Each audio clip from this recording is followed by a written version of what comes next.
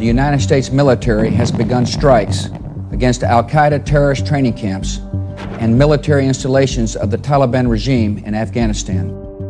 Last year's deal between the Taliban and the Trump administration required a full withdrawal of US forces.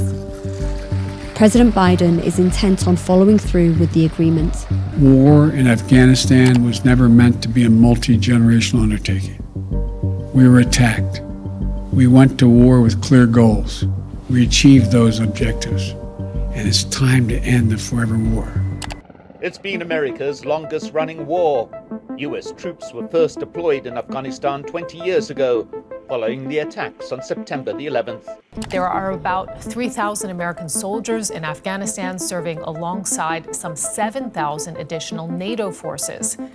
Biden's plan extends the May 1st withdrawal deadline set by the Trump administration by 4 months.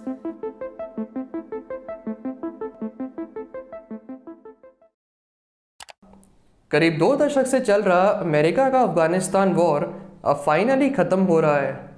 इस लड़ाई की शुरुआत हुई थी 7 अक्टूबर 2001 में, जब US ने 9/11 attacks के जवाब में अफगानिस्तान को इन्वेड कर लिया था, जिसके पीछे उनका मोटिव था Afghanistan based terrorist organisation Taliban और अलकायदा को ख़त्म करने का।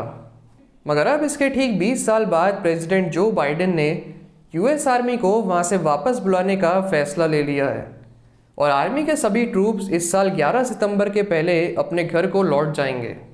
दरअसल इस लड़ाई का सबसे ज़्यादा नुकसान अफ़गानिस्तान को ही उठाना पड़ा है, जहाँ 2001 से लेकर अब तक करीब 38,000 सिविलियंस और 70,000 अफ़गानी सोल्जर्स मारे जा चुके हैं और करीब 2.5 मिलियन लोगों को देश छोड़कर भागना पड़ा है।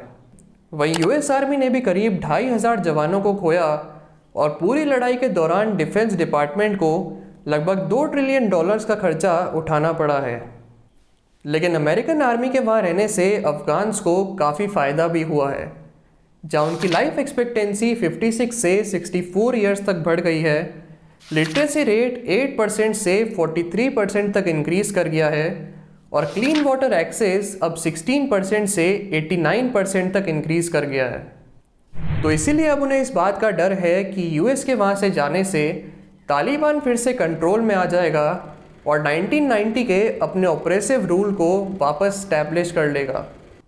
मगर अब वहाँ पर और देर रुकने का एक नेगेटिव इम्पैक्ट पड़ सकता है बाइडेन की प्रेसिडेंसी पे, क्योंकि इस वॉर को 1 मई तक ख़त्म करने का डिसीजन लिया था फॉर्मर प्रेसिडेंट डोनाल्ड ट्रंप ने पिछले साल फरवरी में, और इसके एक्सटेंड होने पर वो ये आर्ग्यू कर सकते हैं कि उन्होंने लड़ाई ख़त्म करने की डील साइन करी थी, जबकि बाइडेन ने इसे और बढ़ा दिया है।